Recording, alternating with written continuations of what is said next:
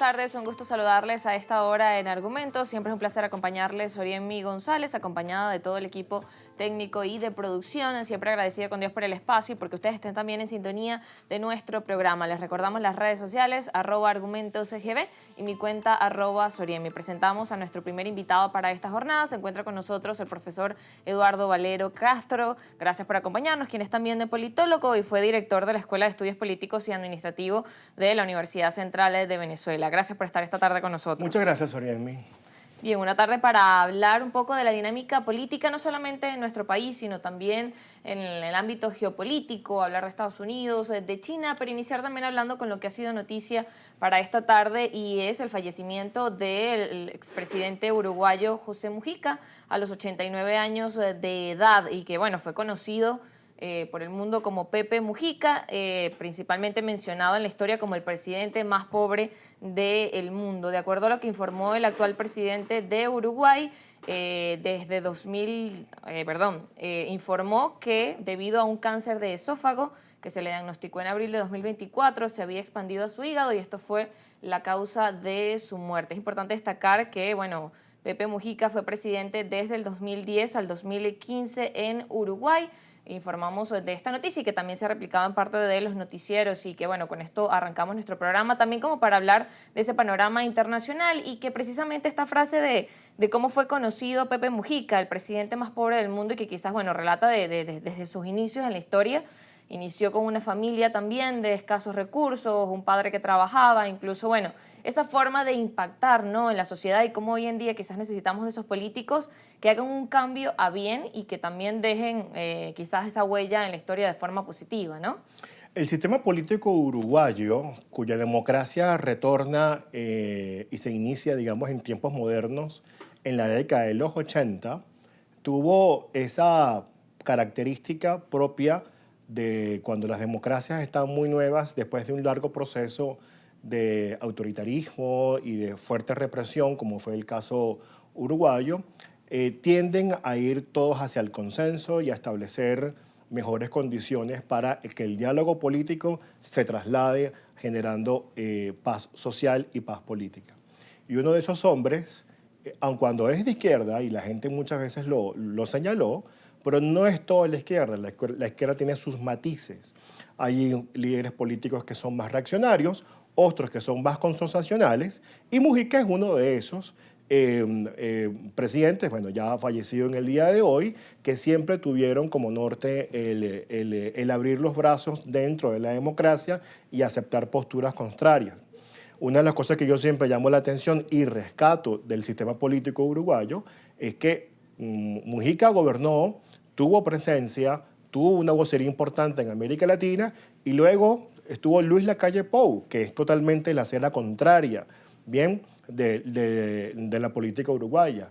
Y el país no se ralentizó, el país siguió adelante en buena medida, y repito con esto, los consensos superan siempre las diferencias doctrinarias. Claro, y como le decía, quizás también a veces al ver la historia de otros políticos, de otros países, siempre es como extraer qué podemos aprender de eso, tanto por lo positivo como por lo negativo, porque a veces podemos ver errores en otros mandatos y también aprender de ellos, o por otro lado también ese impulso de cosas positivas que también se deben replicar, como dice, el poder sentarse y escuchar las partes diferentes hoy en día se hace complejo, no solamente en el ámbito incluso venezolano, sino en el mundo, cuando vemos que hay tantas confrontaciones y que algunos avances quizás, bueno, a esos acuerdos de paz, pero siguen existiendo esos conflictos, ¿no? Y que se hace difícil, incluso, bueno, lo veíamos en el caso cuando el presidente de Estados Unidos se sentaba con el presidente de Ucrania y, bueno, el poder sentarse y tener una conversación se hizo complejo. Y, bueno, ahora vamos que van avanzando, pero a la larga es como ver que se hace difícil que entre mandatarios a veces se puedan sentar y poder dirimir las diferencias.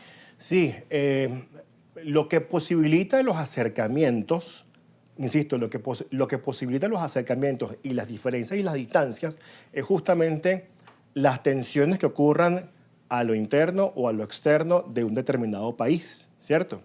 Y si a su vez ese país tiene intereses geopolíticos mundiales, también los puede haber intereses geopolíticos regionales, pues entonces, dependiendo de cómo salga un periodo político presidencial a otro periodo político presidencial, y ahí la noción del sistema político nos ayuda, porque el sistema político agrupa a las diferentes fuerzas o puede agrupar a una sola fuerza, a un solo líder.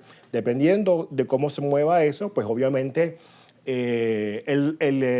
la onda de choque o la onda de rebote para generar cercanías o para generar distancias, pues puede variar según las circunstancias históricas. Bien, con esa dinámica, ¿cómo podemos evaluar hoy que está el tema de la geopolítica y cómo podemos también ver lo que ha sido, por ejemplo, noticia para esta semana, el tema de Estados Unidos y China, todo lo que ha sido pues este tema de los aranceles, esta guerra de aranceles como lo han llamado y que bueno, se veía allí una desescalada en el sentido de bueno, estaban dando un alto por cerca de 90 días, ambas partes, luego de conversaciones. ¿Cómo evaluar eso? Y también la pregunta que a veces se hace, ¿quién gana y quién pierde? Pues de alguna forma de este toma y dame, por llamarlo de alguna forma, porque bueno, es como yo te impongo aranceles y a la vez, bueno, yo también te impongo aranceles.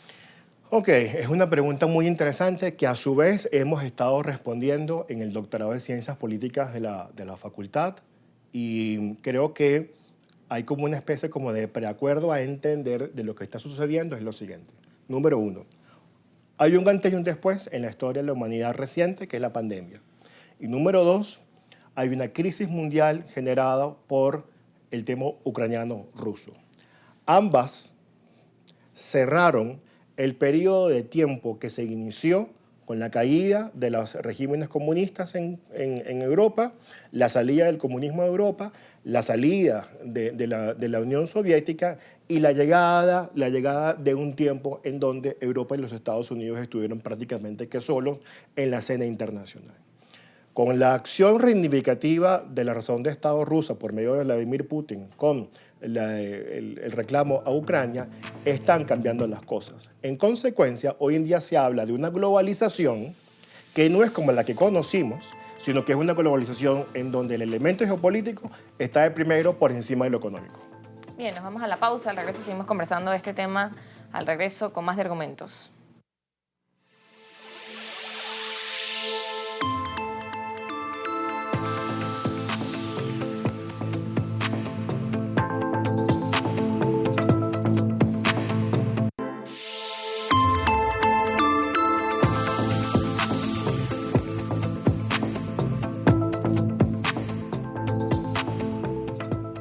Seguimos en argumentos conversando con el profesor Eduardo Valero, quien es politólogo también, y quedaba esa pregunta antes de irnos a la pausa, el tema de, bueno, ¿cómo queda el tema de Estados Unidos-China y qué lectura también darle a estas actuaciones? Bien, en consecuencia, asumiendo lo que había comentado y que dejé en el segmento anterior, de que ahora la geopolítica recubre la economía, podemos ver en ese caso la actitud de Trump al haber levantado tanta roncha y tanta preocupación con el tema de los aranceles, publicó una lista y ponía a cada uno de los países con un arancel específico y finalmente hoy, en las últimas horas, ha habido un acuerdo. En ese acuerdo, por ahora lo que se ha comentado hacia los medios internacionales es que China comienza a abrir el mercado interno para productos norteamericanos, productos estadounidenses. Muy probablemente Trump en su estrategia de lograr que la República Popular de China abra su mercado para productos norteamericanos, aparte de los que ya ensamblan algunas empresas allá, pero Trump está más pendiente a que se pueda abrir el mercado, especialmente en el sector automotriz. Yo creo que toda esta crisis que hemos visto en estos últimos 3 meses empieza a tener de alguna manera u otra un final feliz.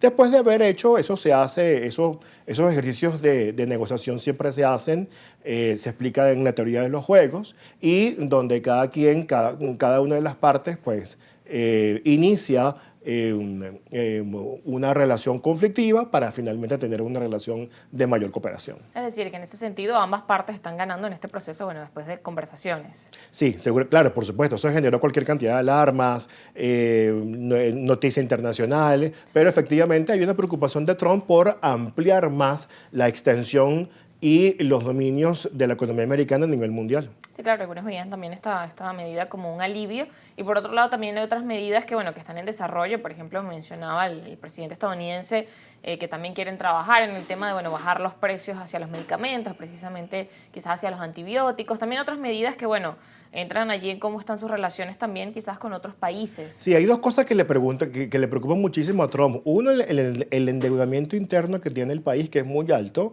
y que Estados Unidos prácticamente siempre en su ejercicio fiscal vuelve de nuevo a elevar el techo de la deuda para darle viabilidad financiera al país. Y en segundo, el tema de la inflación, que literalmente ha generado mucha preocupación a lo interno. La propuesta de Trump es de reducir empleados públicos, reducir gasto militar, reducir gasto a nivel educativo. Veremos si eso puede hacerlo, porque obviamente eso lo aprueba dentro del checks and balances de Estados Unidos el Congreso norteamericano.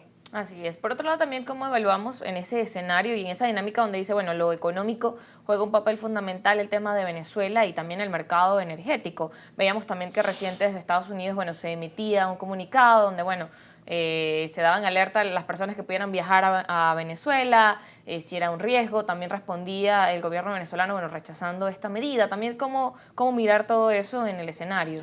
Bueno, muy bien, interesante pregunta. Así como te comenté y les comenté a la audiencia la relación con China y Estados Unidos, de inicialmente ser una relación confrontacional en estos primeros 3 meses, yo creo que puede haber con Venezuela lo mismo. Por lo siguiente y por qué. Uno, el país tiene la octava reserva de gas en el mundo. Y seguimos siendo una potencia petrolera y por todavía con mucho por desarrollar. Número uno. Número dos. El crudo venezolano, que es especial, se procesa en 3 refinerías en los Estados Unidos. Y un tanquero desde nuestras fronteras hasta Houston, por el Golfo de México, pues son 4 o 3 días de viaje. Entonces ahí hay una relación geográfica, geopolítica y económica que a los dos países les interesa, aun cuando a lo mejor existan antipatías generadas por otro tipo de vientos en la política latinoamericana y del continente. En ese sentido, yo creo que Venezuela es un país que es la bisagra entre los BRICS. Hay que recordar que Venezuela tiene frontera con Brasil y Brasil es la 10ª economía mundial, repito, la 10ª economía mundial. La economía rusa es la número 18 y la economía brasileña es la 10. Y es nuestro vecino. Y es parte de ese nuevo eje llamado BRICS, que incluye Sudáfrica, India, China, Rusia, entre otros. Entonces Venezuela está en el medio de nada más y nada menos que la primera potencia a nivel mundial, como los Estados Unidos, la 10ª potencia a nivel mundial, como es Brasil, y en el medio está nuestro país, y Caracas es el centro, digamos, si uno traza una línea por toda Sudamérica, Caracas divide el continente en dos partes exactamente iguales. Sigue siendo de interés. Entonces, es un país de interés, y obviamente el sentimentalaje, la preocupación y del interés de las potencias mundiales y por supuesto, de nuestros vecinos, se hace muy, muy grande. Claro, y por un lado también muchos miran en ese sentido, aunque sigue siendo de interés, pareciera que, bueno, desde Estados Unidos lo que se evalúa es que las medidas van a ir en extremo en lugar de, bueno, avanzarse quizás a negociaciones. Inicialmente, ese fue el camino que se planteó cerca de marzo. Luego creo que vinimos a una extensión de Chevron, de esta conocida petrolera. Entiendo que en Estados Unidos hay lobbies cercanos al mundo petrolero que presionan al establishment político americano para que mantenga una relación y se abra y se potencie mucho más la relación entre las petroleras americanas y Venezuela. Hay otro lobby dentro también de los Estados Unidos que busca aumentar las restricciones. En dado caso, el arte de la política y el arte de gobernar justamente te establece cuáles son los tiempos. Y yo creo que estamos probablemente de aquí a octubre de este año, yo creo que seguiremos viendo el desarrollo de esta película y cómo podría ser su final en este año. Claro, todavía queda esperar y que también, como muchos han evaluado, la figura del presidente Donald Trump es muy impredecible y quizás hay muchas medidas también que, bueno, cambian. Veíamos, por ejemplo, la primera medida que iniciaba con China, les daba 90 días a los demás países menos a China y ahora, bueno, realmente llegaron a este acuerdo para ambas partes. Por otro lado, ¿cómo evaluar la presencia china en el continente, en la parte latinoamericana, con todos los países y también la relación que tiene Venezuela y si eso es también de interés para Estados Unidos. Claro, sí, claro, porque obviamente China es un país que ha crecido en los últimos 40 años, se ha convertido en una potencia, la segunda potencia mundial. China no ha dejado de ser lo que ha sido. Fueron un imperio hace 5.000 años atrás y están de regreso. Es una potencia que ha podido mantener sus niveles de crecimiento económico y desarrollo tecnológico y obviamente tiene un interés especial en la región que ha venido creciendo en los últimos 15 años. Sin embargo, con el tema de Panamá y cómo el lobby desde Estados Unidos hizo que Panamá cambiara su decisión con el tema de la ruta de la seda, ahí se ve perfectamente cómo hay esa dualidad entre estas dos grandes potencias. Bien, y que también veíamos ahora, por ejemplo, que Colombia está interesada en ser parte de esta ruta de la seda.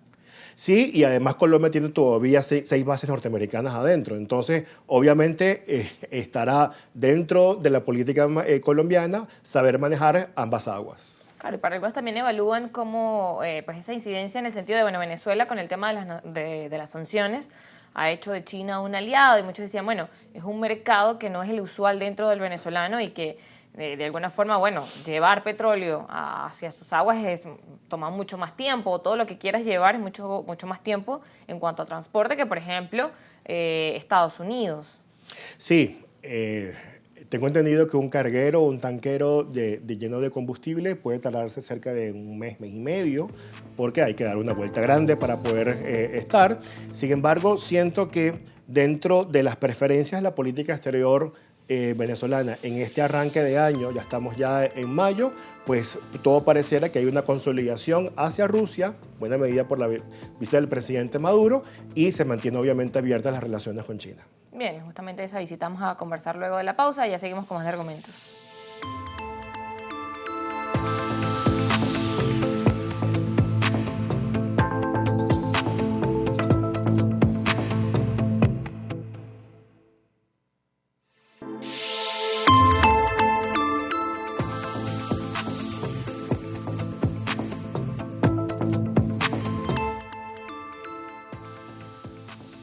Seguimos en argumentos y mencionaba el tema, bueno, de la visita del presidente Maduro a Rusia.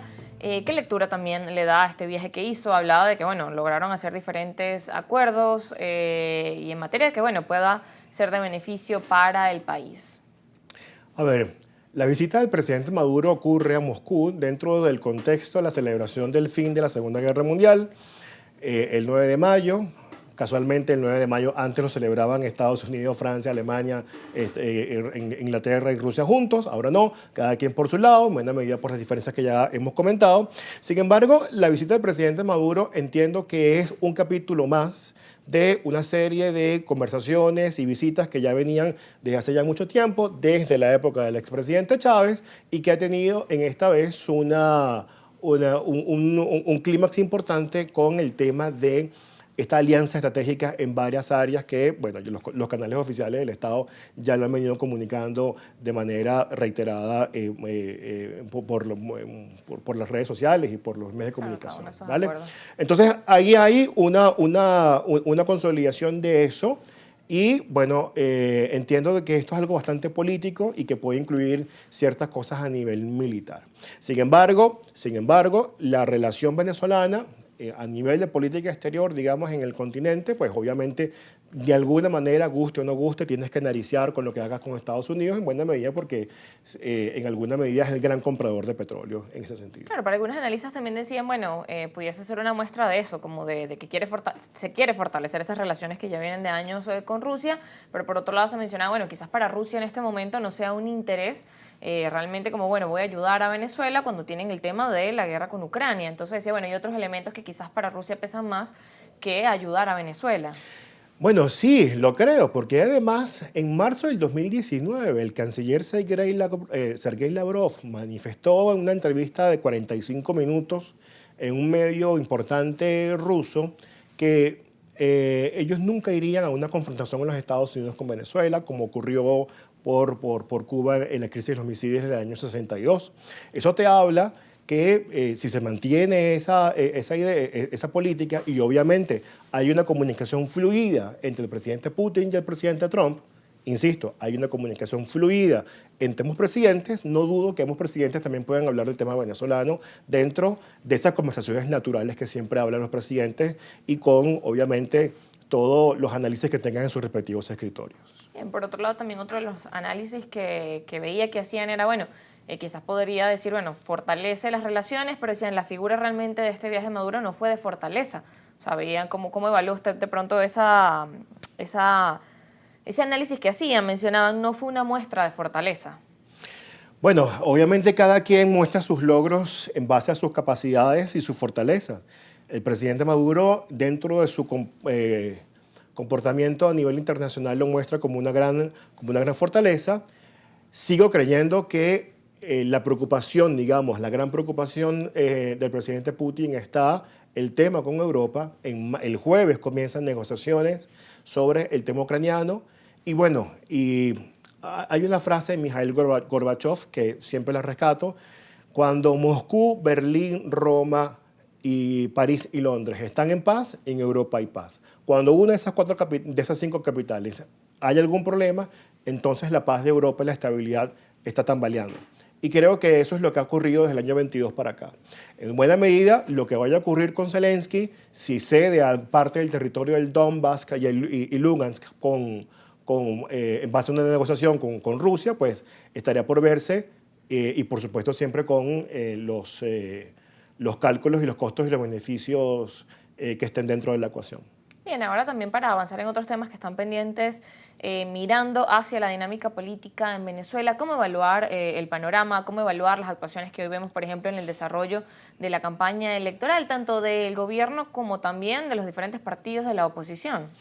Bien, es un tema que me han preguntado mucho, en buena medida la actitud de la oposición, hay una división importante, y yo frente a esto quiero de alguna manera u otra puntualizar algunas cosas necesarias y las quiero poner justamente en la agenda pública.